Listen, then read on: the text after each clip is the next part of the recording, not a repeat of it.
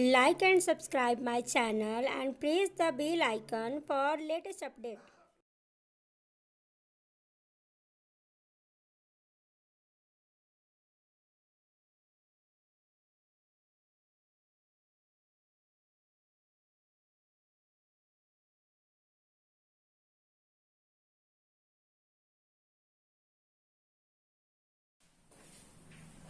Good morning students.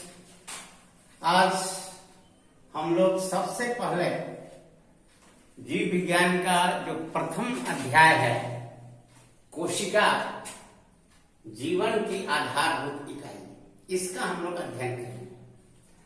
तो बच्चों, सबसे पहले इसमें क्या क्या आपको पढ़ना है इस चैप्टर में, इसके बारे में हम पहले आपको बताएंगे। सबसे पहले है इसका डिस्कवरी, कोशिका की खोज कैसे हुई। कोशिका की खोज सबसे पहले किसने किया और कैसे किया? How cell is discovered and which scientist that discovered the cell. तो चलिए सबसे पहले हम देखते हैं कि कोशिका की खोज कैसे हुई। सर्वप्रथम रॉबर्ट हुक ने जो कॉर्क होता है, पेड़ की जो छाल होती है, उसके कॉर्क को उसने अपने द्वारा बनाई गई माइक्रोस्कोप के द्वारा उसने देखा, और जब उसने देखा तो उसमें उसको छोटे छोटे ऐसे चैम्बर जैसा दिखाई पड़ा। सबसे छोटा छोटा ये चैम्बर उसने देखा। ये चैम्बर जो उसे दिखाई पड़ा, ये जस्ट लाइक जो मधुमक्खी का आप छत्ता देखते हैं, हनीकॉम्ब जिसको कहते हैं, उसके जो छोटे छोटे कंपार्टमेंट है, उसकी जैसा ही दिखाई पड़ा। तो उसने इसका नाम रखा सेल। सेल का अर्थ ही होता है लिटिल रूम, छोटा रूम, लिटिल रूम, छोटा compartment, just like honeycomb. Honeycomb में जो छोटे छोटे चैम्बर दिखाई पड़ते हैं, उसी तरह से उसमें उसने छोटे छोटे चैम्बर को देखा, लिटिल रूम, लिटिल कंपार्टमेंट, और उसका नाम रख दिया ये सेल। सेल का मतलब होता है तंग कोठरी। जेल के अंदर भी सेल होता है। जो कुख्यात अपराधी होते हैं उनको जेल के अंदर सेल दे दिया जाता है। तो इसने देखा कि इसमें छोटे छोटे कंपार्टमेंट हैं, तो उसने इसके आधार पर इसका नामकरण कर दिया सेल। अब इसको हम जीवन की आधारभूत इकाई क्यों कहते हैं, इसको हमको समझना है। How cell is a fundamental unit of life. Fundamental, जैसे आप देखिए, आप जिस घर में रहते हैं, उस मकान का निर्माण जो हुआ है, सबसे पहले उसमें देखिएगा कि कई एक रूम उसमें बने हुए हैं, और रूम किस चीज से बना है? तो पहला उसका इकाई है ईंट। ईंट के आधार पर ही पूरे आपके घर के जितने भी रूम हैं वो बने हैं। तो इसको हम लोग कहते हैं जीवन की आधारभूत इकाई। यानी कोशिका जो है, कोशिका को हम परिभाषित कर सकते हैं। कोशिका क्या है? जीव शरीर की या जीव की रचनात्मक एवं क्या कहेंगे इसको, क्रियात्मक, रचनात्मक एवं क्रियात्मक इकाई।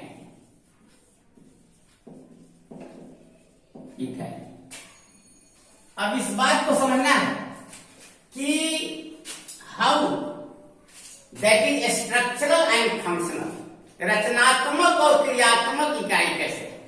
फंडामेंटल का मतलब तो हो गया कि इसी से किसी भी जीव की रचना हुई है। सबसे छोटा जो बेसिक यूनिट है जिसको हम कहते हैं वो क्या है, सेल है। अब यह कैसे रचनात्मक है और कैसे क्रियात्मक है, दो चीज समझना है।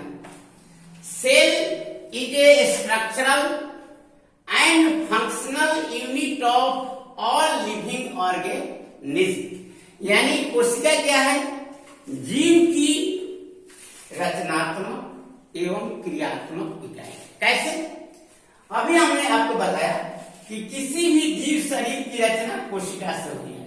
जैसे सबसे छोटा जीव आप ले लीजिए, जैसे जीवाणु है या अमीबा है, एक कोशीय जीव जिसके शरीर की रचना केवल एक कोशिका से हुई है। अब मान लीजिए हम अमीबा को ले लेते हैं, अमीबा की शरीर की रचना केवल एक कोशिका से। एक कोशिका का मतलब क्या होता है, यूनिसेलुलर।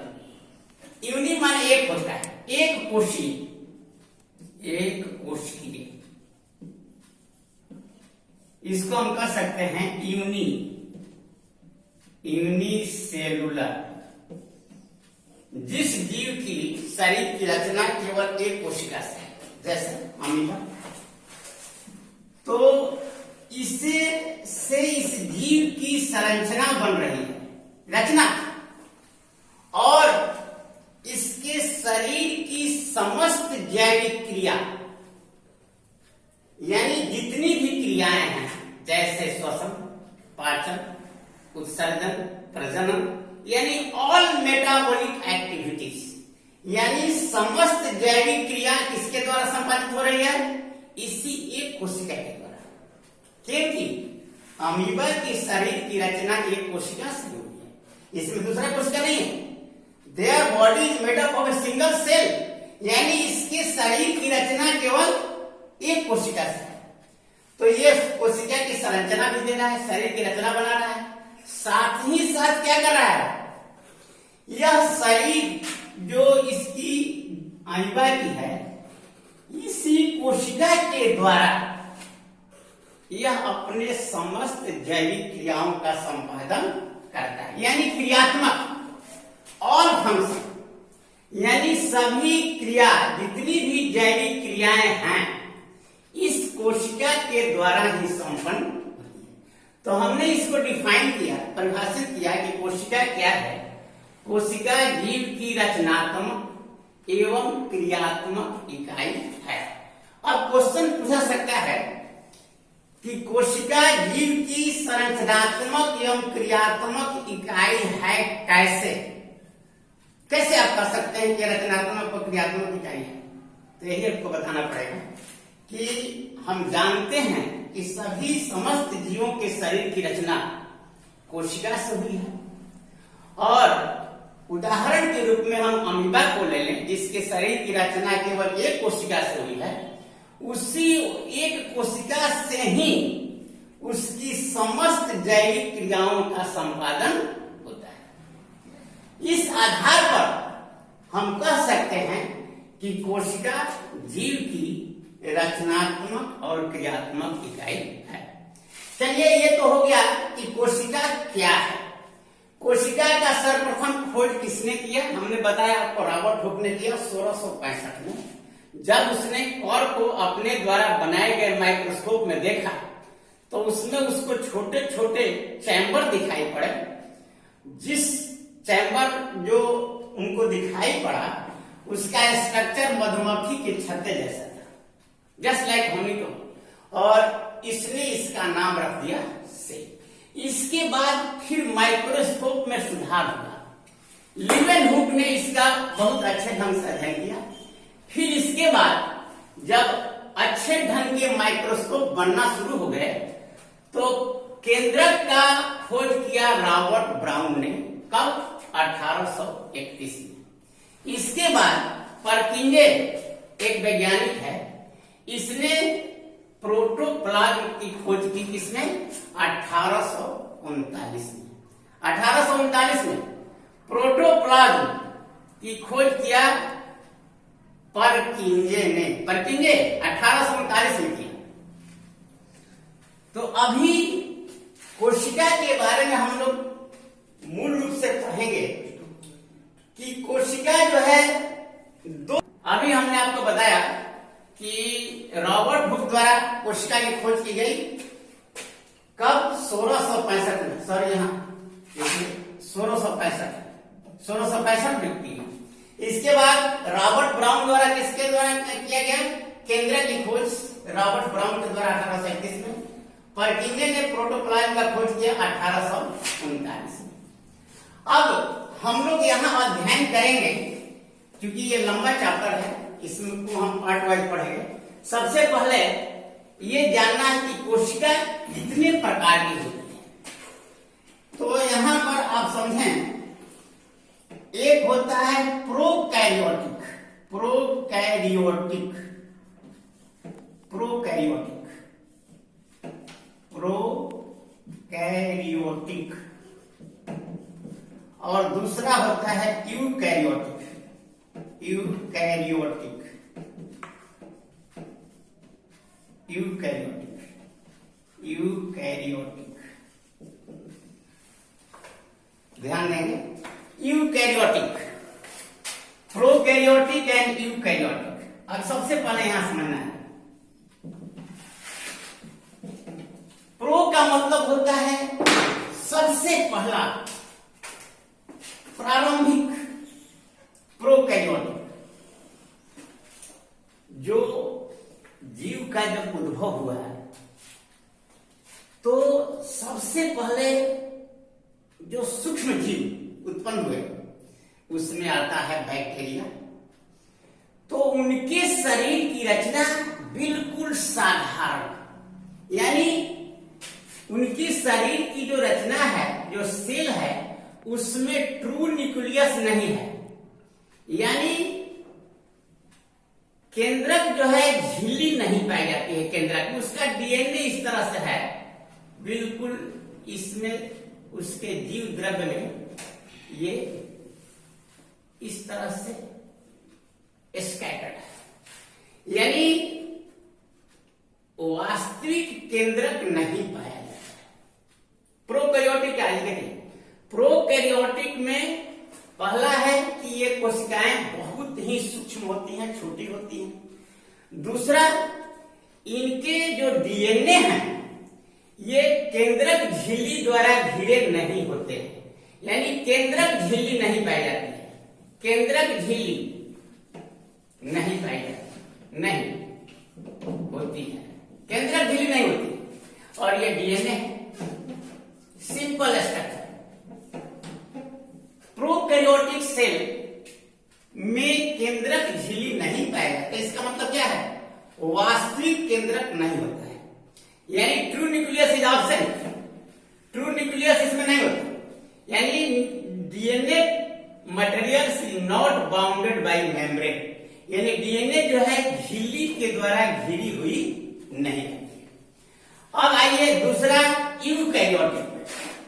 जो यूकैरियोटिक हम यहाँ फिगर बनाए, यूकैरियोटिक जो कोशिका है इसमें सभी जो भी केंद्रक आप देख रहे हैं, इसमें ये जो इसका डीएनए मटेरियल है ये झिल्ली के द्वारा घिरा हुआ है।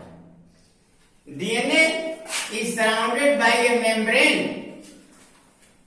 जो अधिकतर जो विकसित कोशिकाएं हैं, वो पादप हो या जंतु हो, सब में कैसा कोशिका होता है? यूकैरियोटिक, यानी इसमें वास्तविक केंद्रक है, वास्तविक केंद्रक पाया जाता है। इसके अंदर जो डीएनए है ये झिल्ली के द्वारा घिरा हुआ रहता है। इसका आकार बड़ा भी होता है और फंक्शन के आधार पर, कार्य के आधार पर इनके रूप भी बदलते हैं। यह हमने फिगर यहाँ पर जो बनाया है एक प्रारूपिक टिपिकल, हालांकि कोशिका का आकार जो है उनके कार्यों के आधार पर भिन्न भिन्न तरह का होता है। जैसे आप देखेंगे आपके शरीर में तंत्रिका कोशिका है। तंत्रिका कोशिका कैसे होती है? वो बिल्कुल धागे जैसा लंबा, थ्रेड जैसा, तो उसका आकार क्या है? लंबा, थ्रेड जैसा। यानी इनके जो शेप हैं, इनके जो आकार हैं, वो कैसे बदलते हैं? इनके कार्यों के आधार पर। कार्य के आधार पर कोशिका भिन्न भिन्न आकार की होती है। जैसे अभी हमने आपको बताया कि जो तंत्रिका कोशिका है, प्रश्न आता है कि मानव शरीर की सबसे बड़ी कोशिका कौन है? तो मानव शरीर की सबसे बड़ी कोशिका कौन है? तंत्रिका कोशिका। तंत्रिका कोशिका लंबी होती है, थ्रेड जैसी, जिसका आपके शरीर में पूरा जाल बिछा हुआ है। तो आप यहां समझे कि प्रोकैरियोटिक और यूकैरियोटिक सेल में क्या डिफरेंसेस है। जो प्रारंभिक कोशिकाएं होती हैं वो प्रोकैरियोटिक होती हैं, और यूकैरियोटिक उसके बाद की जो विकसित कोशिकाएं हैं, जिनमें केंद्रक झिल्ली पाया जाता है, जिनमें वास्तविक केंद्रक पाया जाता है, वो होता है यूकैरियोटिक। अब हम लोग आगे बढ़ेंगे इसके संरचना के बारे में, यानी स्ट्रक्चर ऑफ सेल, कोशिका की संरचना। तो कोशिका की संरचना में हम यहां आपको जो दो डायग्राम बनाए हैं, यहां पर इधर का है जंतु कोशिका और इधर का है प्लांट कोशिका। इस कोशिका में आप कुछ अंतर देख रहे हैं। हालांकि कुछ ऑर्गेन्स, इसके अंदर जो भी कोशिकांग हैं, कोशिकांग का अर्थ होता है कोशिका के अंदर पाए जाने वाले अंगक। कोशिका के अंदर पाए जाने वाले अंगक ऑर्गेन्स, जैसे माइटोकॉन्ड्रिया, लाइसोसोम, तारक, एंडोप्लाज्मिक अंतःप्रद्रवी जालिका कह सकते हैं इसको, अंतःप्रद्रवी जालिका, एंडोप्लाज्मिक रेटिकुलम कहते हैं इसको अंग्रेजी में। यहां इसको कह सकते हैं राइबोसोम,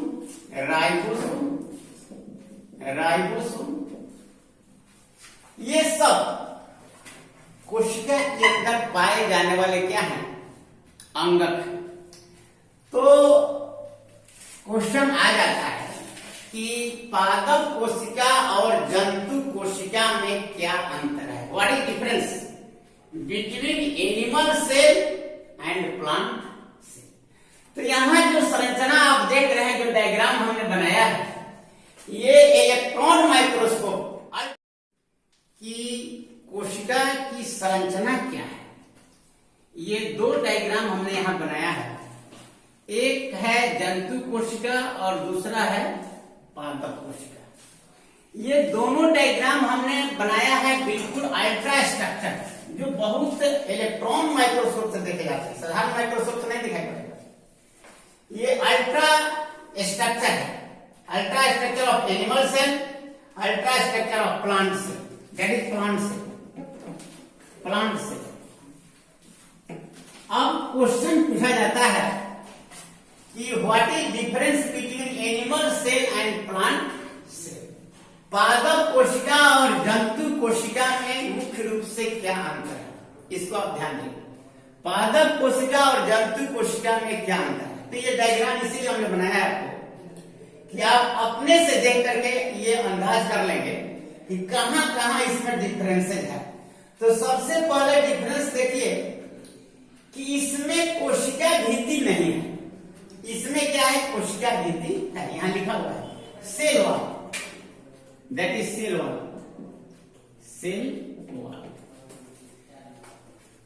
इसमें कोशिका भित्ति नहीं है। पहला पॉइंट क्या हुआ कि cell wall is absent in plant cell. कोशिका भित्ति इसमें क्या है? एब्सेंट है, कोशिका भित्ति नहीं है, कोशिका भित्ति अनुपस्थित। और इसमें इधर आप लिखिएगा पादप, इधर हो गया जंतु। यानी अब इसमें आप डिफरेंसेस बता रहे हैं। तो कोशिका भित्ति अनुपस्थित, इसमें क्या होगा? कोशिका भित्ति उपस्थित। ये हो गया। दूसरा डिफरेंसेस क्या है? अब आप देखिए, दोनों डायग्राम को कंपेरिजन कीजिए, इसीलिए हमने ये दोनों डायग्राम बनाया है। कि कैसे आप देख लेंगे कि कहां इसमें अंतर है। तो सबसे पहले कोशिका भित्ति इसमें है, इसमें कोशिका भित्ति क्या है, नहीं। दूसरा अंतर क्या है कि इसमें एक ऑर्गन है लवक, प्लास्टिड कहते हैं इसको, that is known as plastid.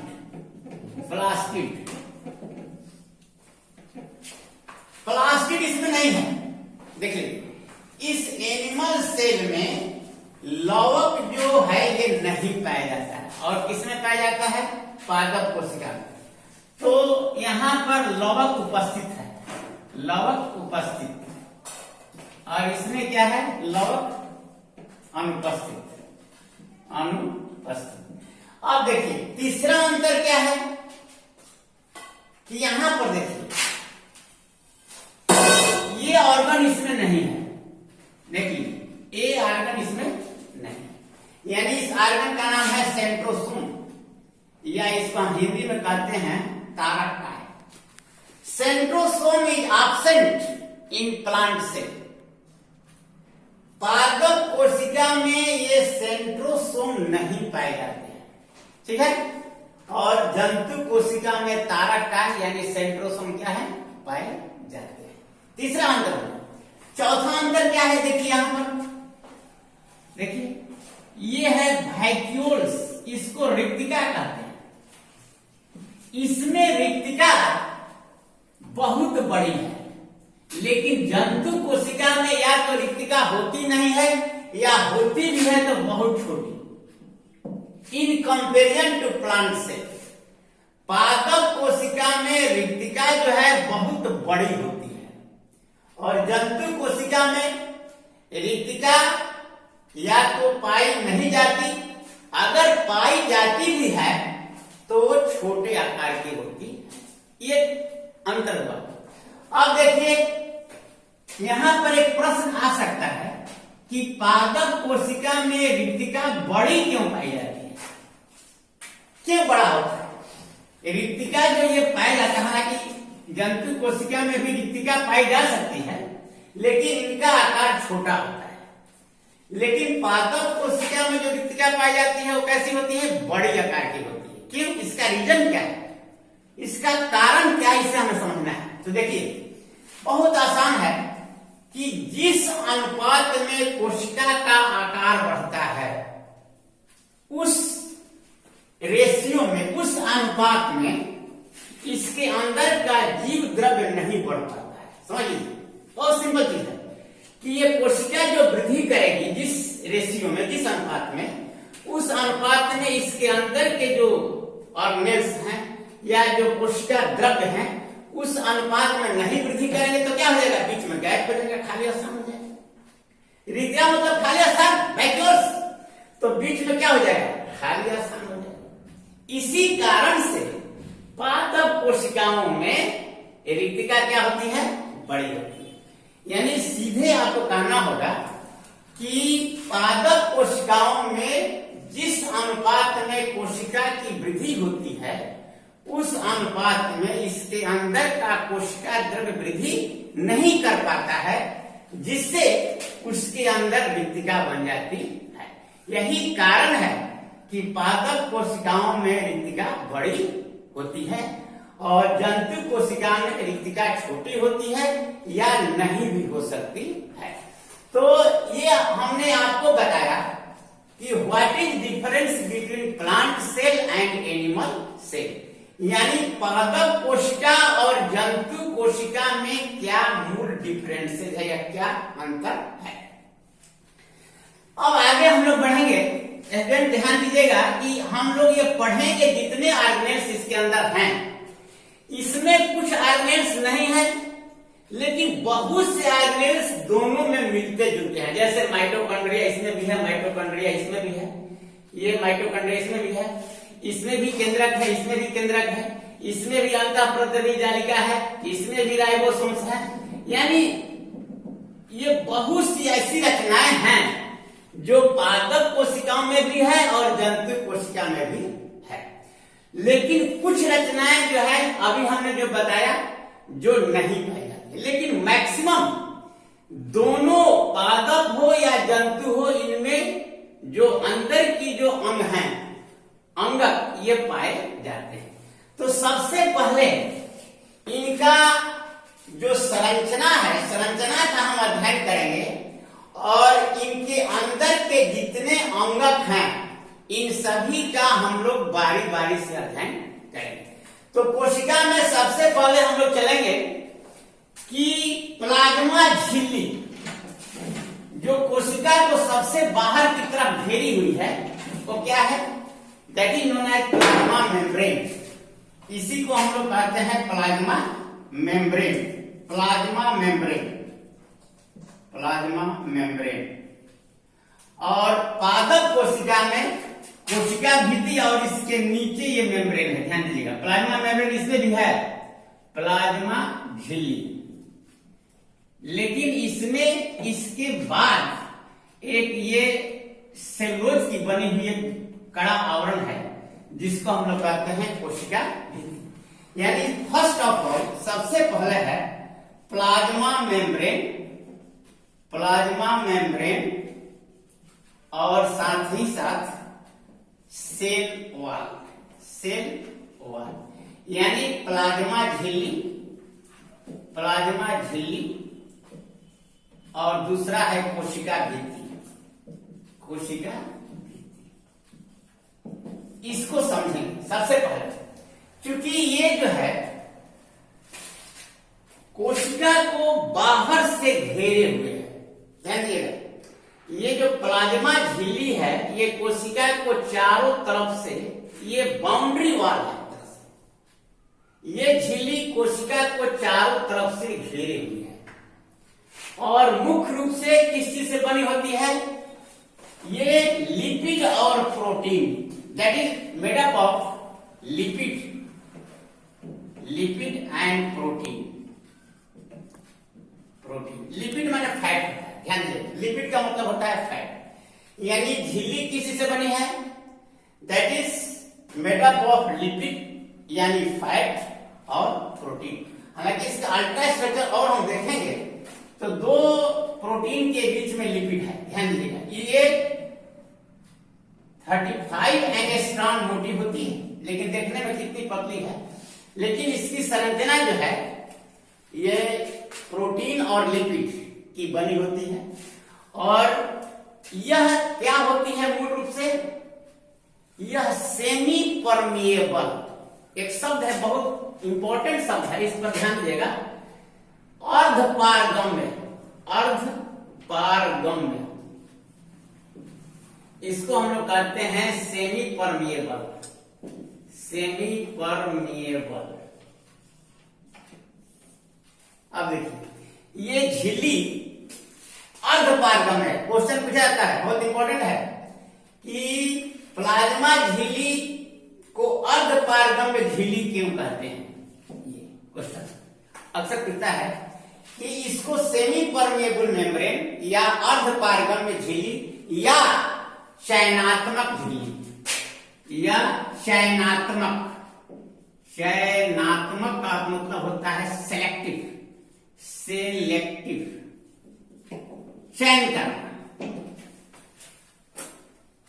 यानी कोशिका की ये जो झिल्ली है इसका नाम है कोशिका झिल्ली भी, या इसका दूसरा नाम है प्लाज्मा झिल्ली, दोनों कह सकते हैं। तो क्वेश्चन पूछा सकता है कि why the plasma membrane is called semi permeable membrane और सेलेक्टिव परमिएबल मेम्ब्रेन। यानी ये कहा जा सकता है प्रश्न में कि कोशिका झिल्ली को अर्धपारगम्य या चयनात्मक झिल्ली क्यों कहते हैं। ये क्वेश्चन है कि कोशिका झिल्ली को या प्लाज्मा झिल्ली को हम अर्धपारगम्य या चयनात्मक झिल्ली क्यों कहते हैं।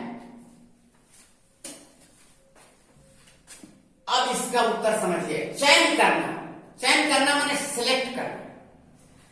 चूंकि यह झिल्ली चयन करके ही किसी पदार्थों को अंदर जाने देती है और बाहर आने देती है। दैट सिलेक्ट, ये मटेरियल को सिलेक्ट करती है कि किसको अंदर आने देना है और किसको अंदर से बाहर जाने देना, सिलेक्ट करके भेजता है। That is known as selective, चयनात्मक झिल्ली। ऐसे तीन प्रकार की होती है, समझिए। झिल्ली तीन प्रकार की होती है। कौन कौन? एक होता है पारगम्य, जिससे कोई पदार्थ अंदर या बाहर आ जा सकता है बिना रोक टोक कर, पारगम्य हो गया।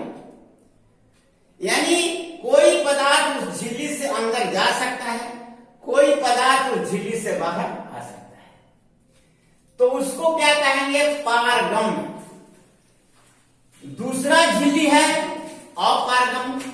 अपारगम्य का मतलब है माने नहीं, जिससे कोई पदार्थ न अंदर जा सकता है उस झिल्ली से न बाहर, उसको क्या कहेंगे? अपारगम्य।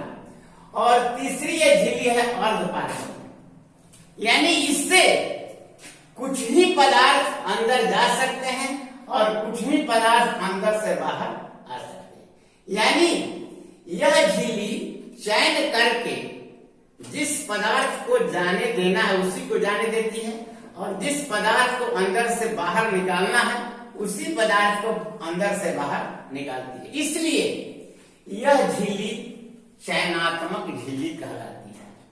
सो that membrane is known as selective permeable, यानी इस मेम्ब्रेन को हम क्या कहेंगे? Selective, because they select the material. ये मटेरियल को सिलेक्ट करता है, that is coming inside and going outside, यानी जो अंदर जा सकती है या बाहर आ सकती है। सिलेक्ट करके यह पदार्थों को या चयन करके यह पदार्थों को अंदर से बाहर आने देती है या बाहर से अंदर जाने देती है। इसलिए इस झिल्ली का नाम है अर्धपारगम्य या सेमी पारगम्य। स्टूडेंट्स, हम लोग पहला कोशिका का जो ये है प्लाज्मा झिल्ली की संरचना, प्लाज्मा झिल्ली का काट, इसको हम लोगों ने पढ़ा। इसके बाद अब हम लोग इसके अंदर जो ये देख रहे हैं साइटोप्लाज्म, और इसके अंदर जितने ऑर्गेनेल्स हैं जैसे माइटोकॉन्ड्रिया है, गोल्गी काय है, तारक काय है, राइबोसोम है, एंडोप्लाज्मिक रेटिकुलम है, ये सारी लाइसोसोम है, ये सारी रचनाओं का हम लोग बारी बारी से अध्ययन करेंगे। यानी इन सभी रचनाओं का हम लोग अध्ययन एक एक करके करेंगे। कोशिका के अंदर पाए जाने वाले जितने ऑर्गेनेल्स हैं इन सभी का हम लोग बारी बारी से अध्ययन करेंगे। सबसे पहले हम लोग चलते हैं, एक कोशिकांग के बारे में पढ़ना है जिसको कहते हैं माइटोकॉन्ड्रिया। फर्स्ट यहां पर आप देख रहे हैं माइटोकॉन्ड्रिया, माइटोकॉन्ड्रिया,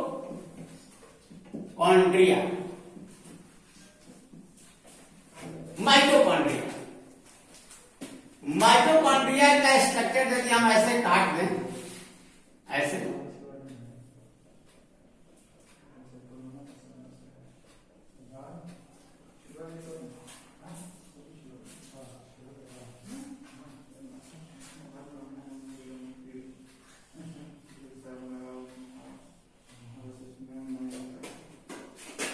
दैट इज बाहरी और ये भीतरी, बाहरी झिल्ली।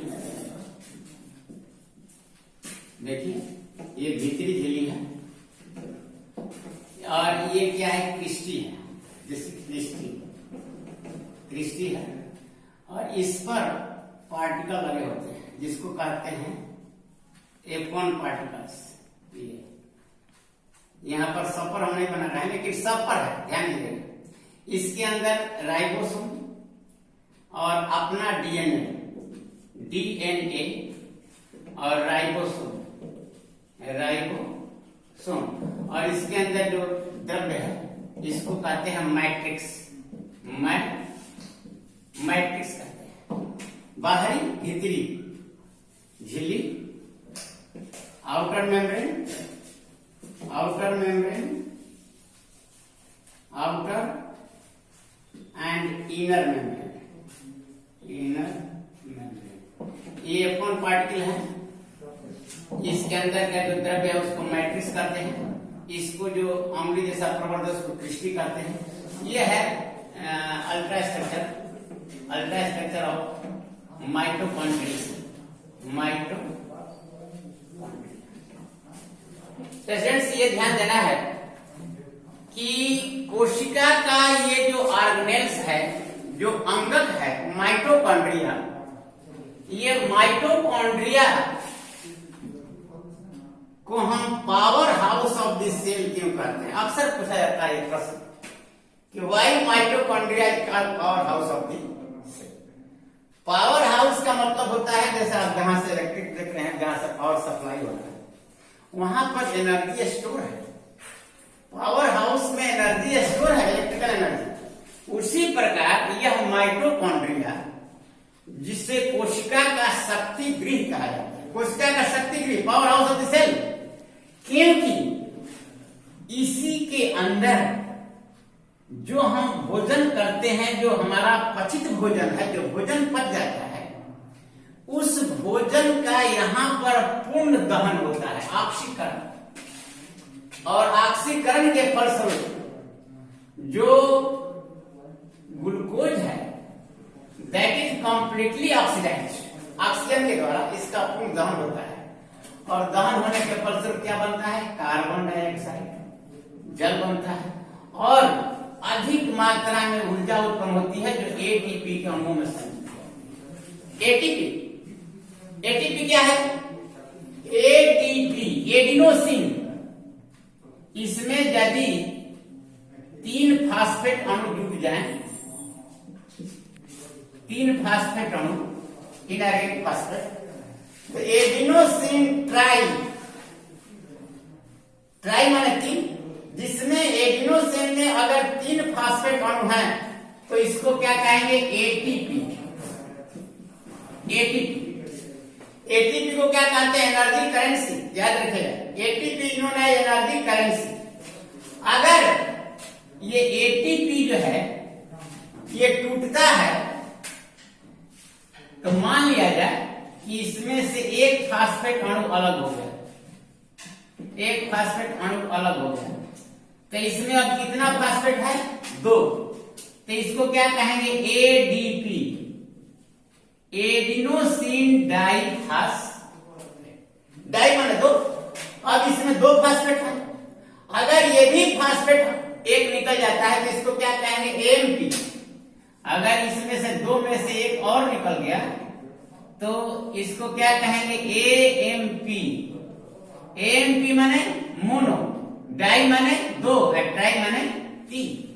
अगर एडिनोसिन में 3 फास्फेट है तो क्या कहेंगे? Adenosine triphosphate. अगर एडिनोसिन में 2 फास्फेट है तो एडिनोसिन डाइफास्फेट। अगर एडिनोसिन में एक ही फास्फेट है तो क्या कहेंगे? Adenosine mono. मोनो माने क्या होता है? मोनो मीन्स एक, एडिनोसिन मोनोफास्फेट।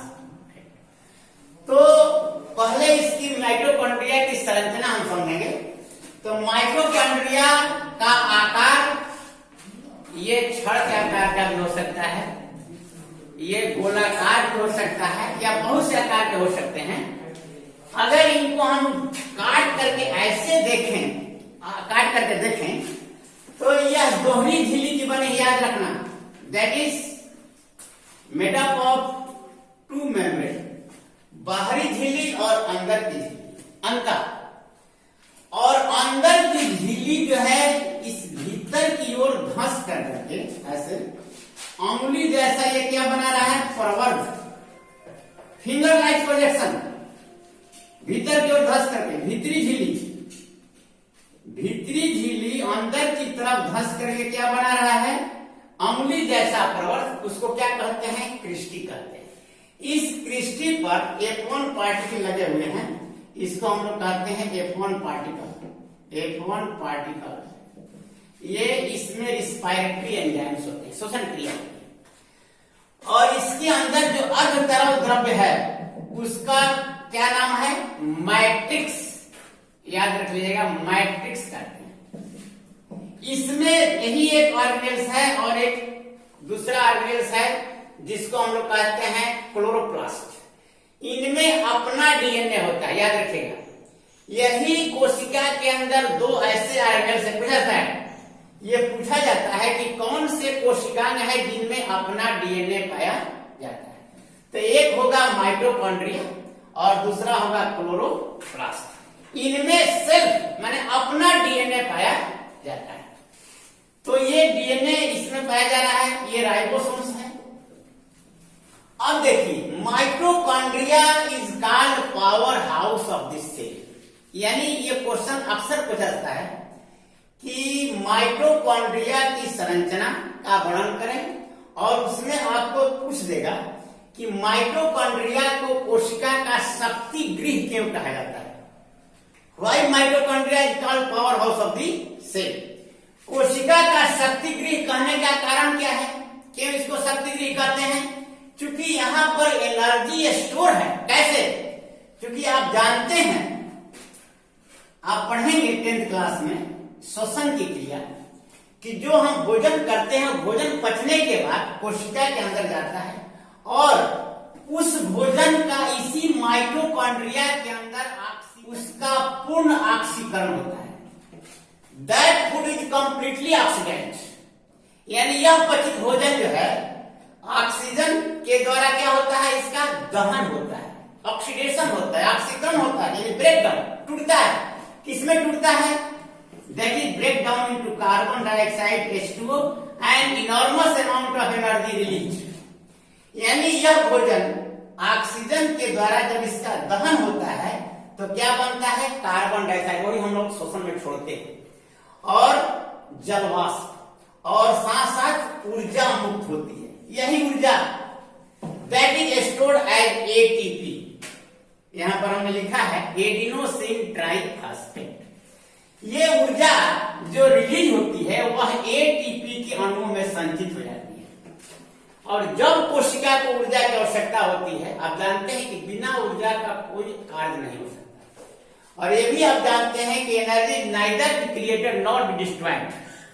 ऊर्जा का विनाश नहीं होता, न सृजन होता है। तो कोई भी कार्य आप बिना ऊर्जा का नहीं कर सकते हैं। भोजन क्या है? ऊर्जा का स्रोत है, और इसी भोजन के ऑक्सीकरण से हमें ऊर्जा मिलती है। और यह ऊर्जा कैसे मिलती है? कि इन भोजन का माइटोकॉन्ड्रिया के अंदर पूर्ण ऑक्सीकरण होता है, और उस ऑक्सीकरण के फलस्वरूप जो ऊर्जा मुक्त होती है वह ऊर्जा ATP के अणुओं में संचित रहती है। कहां पर संचित रहती है? इसी माइटोकॉन्ड्रिया में। अब जब कोशिका को आवश्यकता होगी तो यह ATP टूट जाएगा। ध्यान दीजिएगा, that ATP break down into ADP, और एक फास्फेट अणु अलग हो जाएगा। क्योंकि अभी हमने आपको बताया है कि ATP में 3 फास्फेट अणु है। ध्यान दीजिएगा, 3 इनऑर्गेनिक फास्फेट, इसलिए इसका नाम है ट्राई। एडिनोसिन ट्राई, ट्राई माने 3 फास्फेट अणु है, इसलिए उसका कहेंगे एडिनोसिन ट्राई फास्फेट।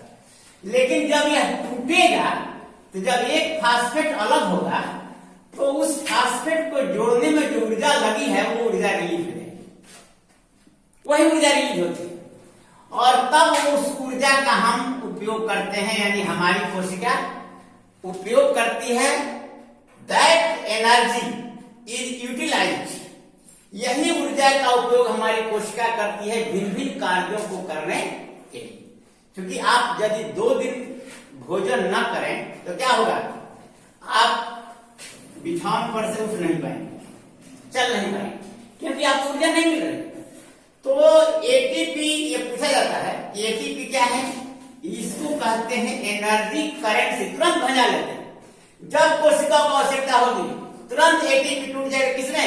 ADP में, और एनर्जी रिलीज हो जाएगी, और वह एनर्जी कोशिका के द्वारा यूटिलाइज कर ली जाएगी। इसलिए क्योंकि माइटोकॉन्ड्रिया के अंदर ही जो ऊर्जा संचित रहती है ATP के अणुओं में, यह ऊर्जा जब कोशिका को आवश्यकता होती है यह ATP टूट जाता है और कोशिका उस ऊर्जा का इस्तेमाल करती है। तो माइटोकॉन्ड्रिया के अंदर भोजन का पूर्ण ऑक्सीकरण होता है, जिसके फलस्वरूप इसके अंदर ऊर्जा स्टोर रहती है, संचित रहती है। इसलिए माइटोकॉन्ड्रिया को हम क्या कहेंगे? Power house of the cell, यानी कोशिका का शक्ति गृह। जब कोशिका को आवश्यकता होगी तुरंत ये दे देगा एनर्जी। कैसे? कि जो एटीपी है तुरंत टूट जाएगा एटीपी में, और वह ऊर्जा रिलीज हो जाएगी, और उस ऊर्जा का उपयोग कौन करेगा? वो कोशिका करेगा अपने विभिन्न कार्यों को करने के लिए। तो बच्चों, आपने ये देखा कि माइटोकॉन्ड्रिया हमारे कोशिका के अंदर, अब ये नहीं है कि एक ही नहीं है, बहुत से माइटोकॉन्ड्रिया कोशिका के अंदर है, बहुत से, इसकी संख्या बहुत है। इसलिए हर कोशिका में भोजन पहुंचता है। एसिमिलेशन, आप जानते हैं कि भोजन का जो न्यूट्रिशन का जो 5 प्रोसेस है, कि सबसे पहले भोजन लेना, अंतर्ग्रहण, फिर उसका पाचन, फिर उसका एब्जॉर्प्शन, और फिर एब्जॉर्प्शन के बाद स्वांगीकरण, कैसे कोशिका उसको यूटिलाइज करती है।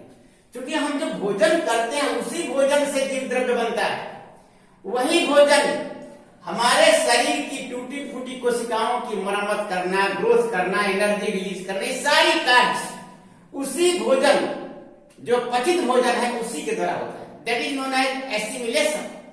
और जो अपशिष्ट पदार्थ है वो पुनः बाहर निकाल जाता है। तो यहां पर मूल है माइटोकॉन्ड्रिया, जहां पर कोशिकीय श्वसन होता है, और यह कोशिकीय श्वसन किसके उपस्थिति में होता है? ऑक्सीजन में।